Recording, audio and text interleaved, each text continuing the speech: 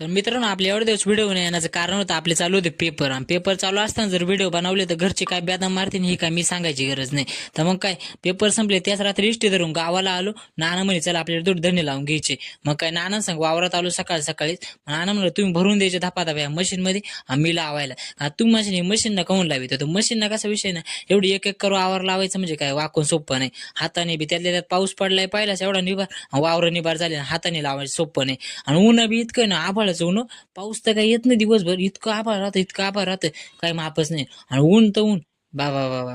कारण थोडी सावली थोडं ऊन, थोडी सावली थोडं ऊन, तिनेच बेजार झाले. नाना गेले घरी निघून. आता माझ्या मनाला समजावलं, म्हणलं आपल्याला एकट्यालाच करायचं एवढं, चला आता. मग काय धपाधा बी लागलो. 8ला आलो होतो, 12:30 वाजले, पण काय पूर्ण वावर झालं नव्हतं, अर्धच वावर झालं. म्हणलं चला आता मशीन इथंच राहू द्या, आणि म्हणलं चला आता जाऊ घरी कल्टी मारू. तर इकडे आलो, इकडे डबल पाईपलाईनचं काम चालू आहे. कारण विषय कसा आहे ना, एका वावरात 2 बारे डायरेक्ट. म्हणलं चालू द्या आता. शेत